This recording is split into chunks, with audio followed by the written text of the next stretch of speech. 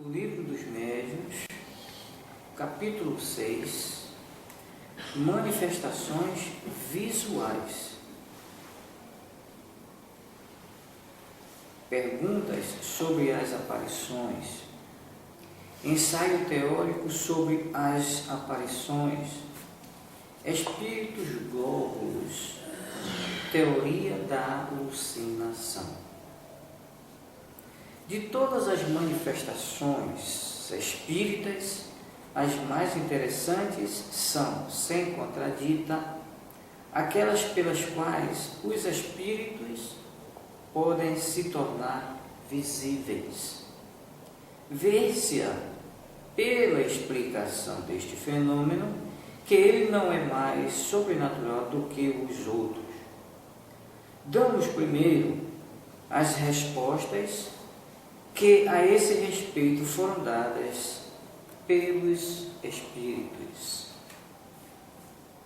Pergunta de número 1. Os espíritos podem se tornar visíveis? Sim, sobretudo durante o sono. Entretanto, certas pessoas os veem durante a vigília, mas é mais raro.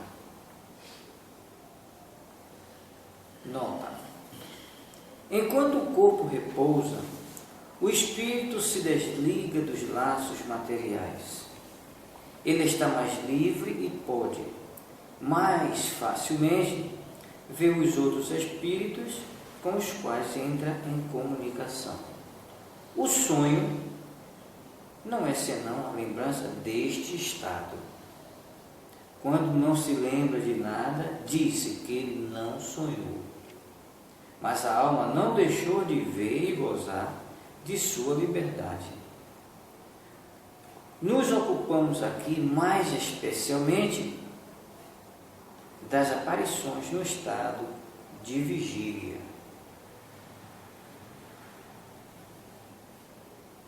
Ver para mais detalhes sobre o estado do espírito durante o sono, o Livro dos Espíritos, capítulo Emancipação da Alma, número 409.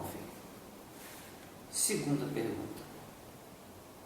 Os espíritos que se manifestam à visão pertencem mais a uma classe do que a outra? Não. Podem pertencer a todas as classes, as mais elevadas como as mais inferiores. 3. É dado a todos os espíritos manifestarem-se visivelmente? Todos podem, mas não têm sempre a permissão nem a vontade. Quarta. Qual é o objetivo dos espíritos que se manifestam visivelmente? Isso depende. Segundo sua natureza, ele pode ser bom ou mau. Como essa permissão pode ser dada quando o objetivo é mau?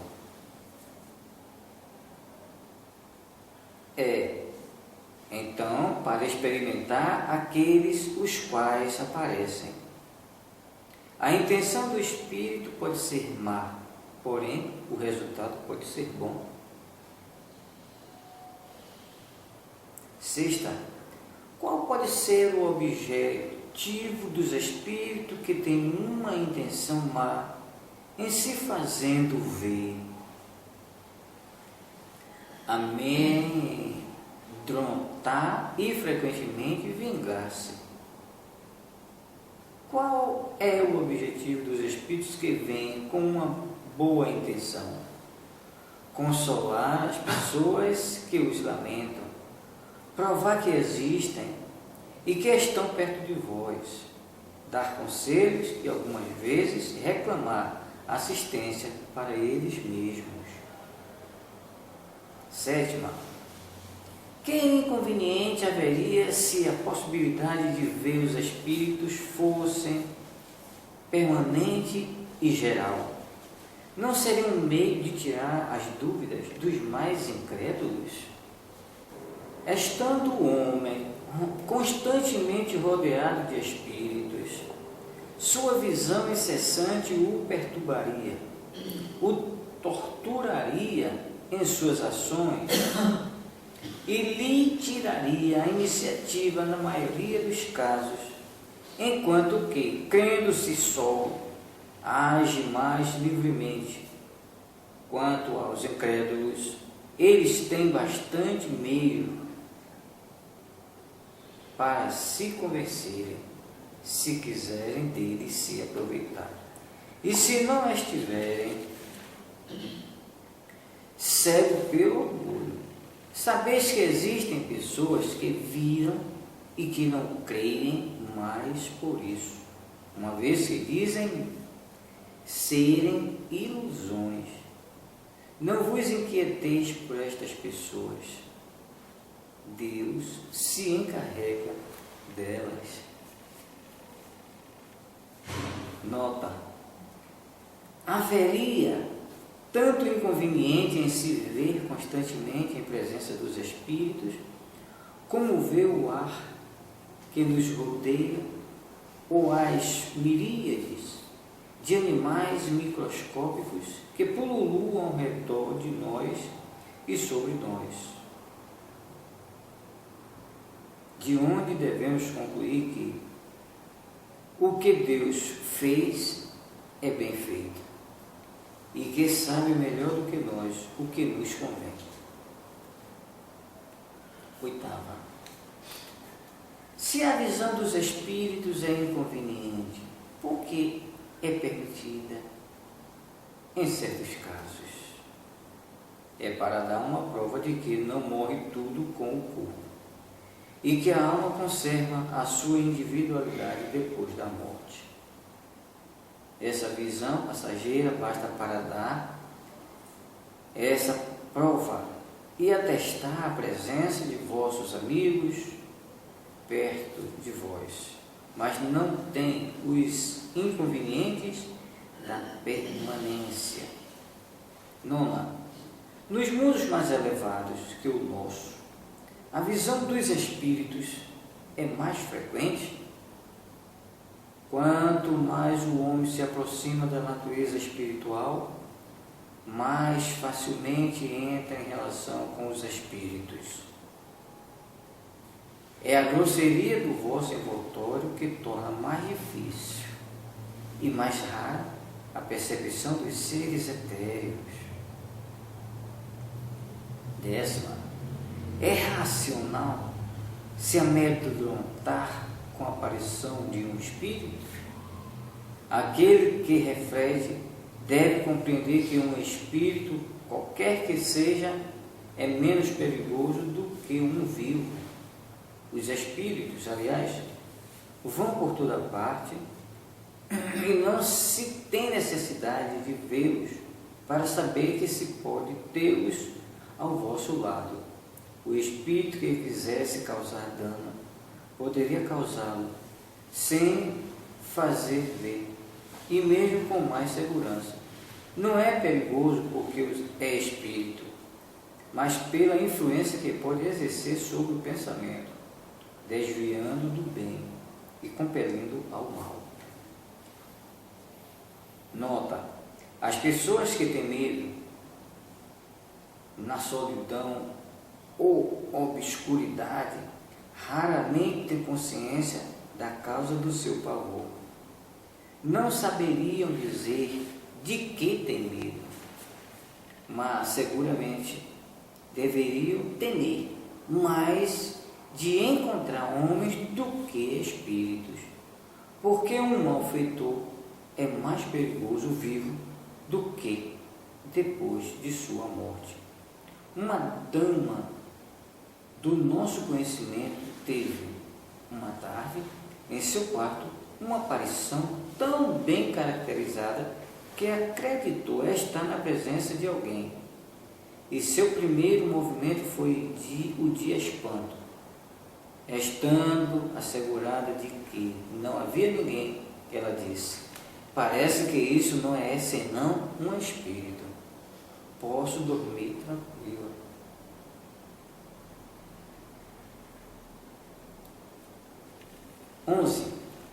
Aquele a quem o espírito aparece, poderia iniciar uma conversação com ele? Perfeitamente. E é mesmo o que se deve sempre fazer em semelhante caso, perguntando ao espírito quem é e o que deseja e o que se pode fazer para ser-lhes útil. Se o espírito é infeliz e sofredor, a comiseração que se lhe testemunha o alivia. Se é um espírito benévolo, pode vir com a intenção de dar bons conselhos. Nesse caso, como o espírito pode responder? Às vezes, o faz por meio de sons articulados, como o faria uma pessoa viva.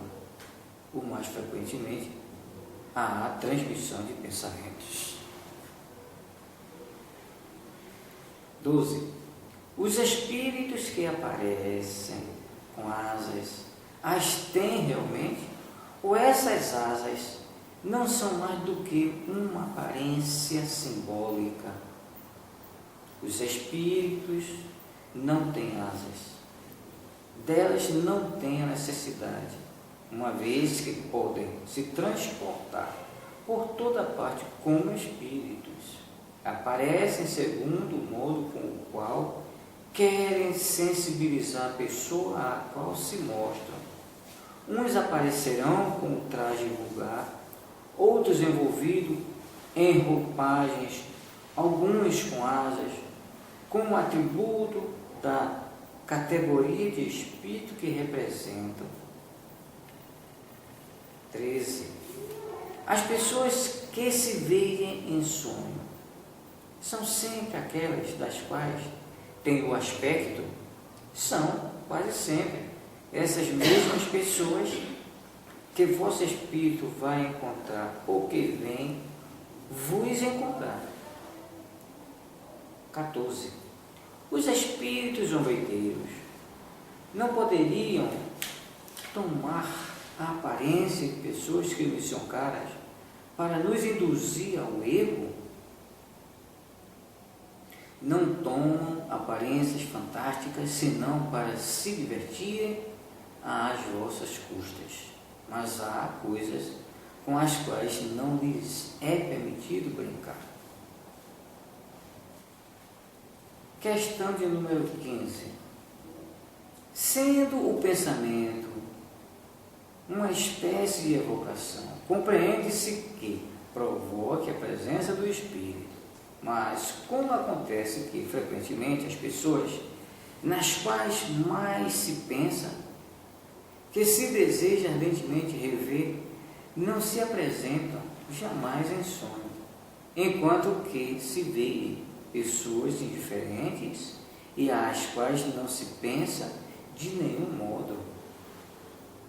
Os espíritos não têm sempre a possibilidade de se manifestarem à visão, mesmo em sonho, e malgrado o desejo que se tem de vê-los. Causas independentes da sua vontade pode impedi-lo. É frequentemente uma prova da qual o mais ardente desejo não pode isentar. Quanto às pessoas indiferentes, se não pensais nelas, é possível que pensem em vós. De outra parte, não podeis fazer uma ideia das relações do mundo dos espíritos. Aí encontrareis uma multidão de conhecimentos íntimos, antigos e novos, dos quais não tendes nenhuma ideia no estado de vigília. Nota: quando não há nenhum meio de controlar as visões ou aparições, pode-se sem dúvida colocá-las à conta de alucinações. Mas, quando são confirmadas pelos acontecimentos, não se poderia atribuí-las à imaginação. Tais são, por exemplo, as aparições no momento da morte, em sonho, o estado de vigília de pessoas às quais não se pensa de nenhum modo e que por diversos sinais vêm revelar as circunstâncias de todo inesperadas de seu fim. Viram-se muitas vezes cavalos empinarem-se e recusar avançar diante de aparições que amedrontam aqueles que os conduzem. Se a imaginação produz coisas entre os homens, seguramente ela em nada afeta os animais. Além de que, se as imagens que se veem em sonhos fosse sempre um efeito das preocupações da vigília, nada explicaria porque frequentemente não se sonha jamais com as coisas em que mais se pensa. Questão número 116. Por que certas visões são mais frequentes no estado de enfermidade? Também ocorre no estado de saúde perfeita, mas na enfermidade os laços materiais estão frouxos. A fraqueza do corpo dá mais liberdade ao espírito, que entra mais facilmente em comunicação com os outros espíritos. 17. As aparições espontâneas parecem ser mais frequentes em certos países.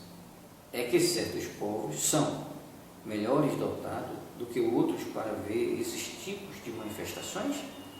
Levantais um processo verbal de cada aparição? As aparições, os ruídos, todas as manifestações, enfim, estão igualmente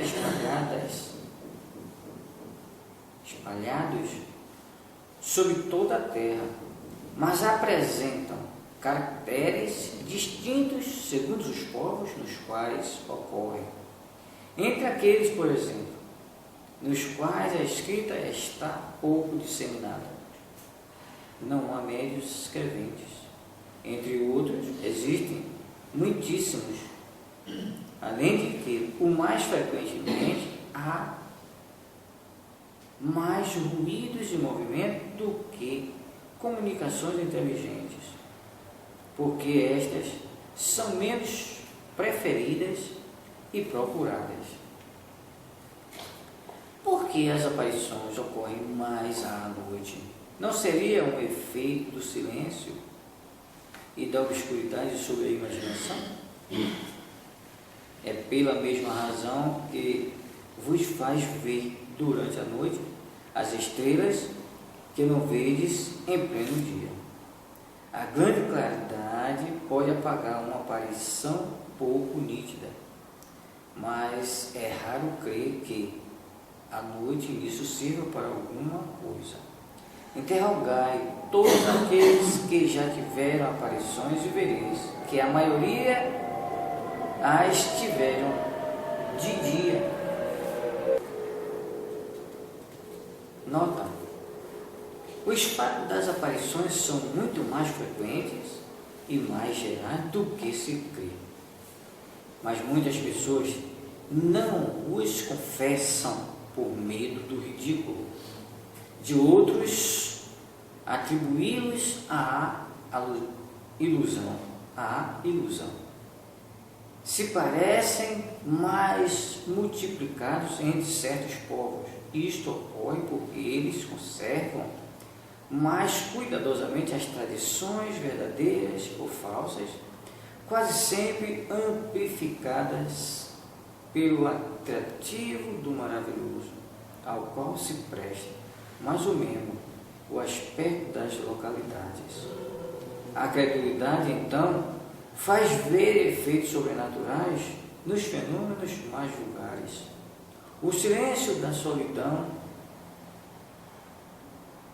o escarpamento dos barrancos, o rugido das florestas, as rajadas da tempestade, o eco das montanhas, a forma fantástica das nuvens, as sombras, as miragens, tudo, enfim, que se presta à ilusão por imaginações simples e ingênuas que contam de boa fé o que viram e o que acreditavam ver, mas ao lado da ficção há a realidade. É para livrá-los de todos os acessórios ridículos da superstição que o estudo sério do Espiritismo conduz. E a gente para por aqui.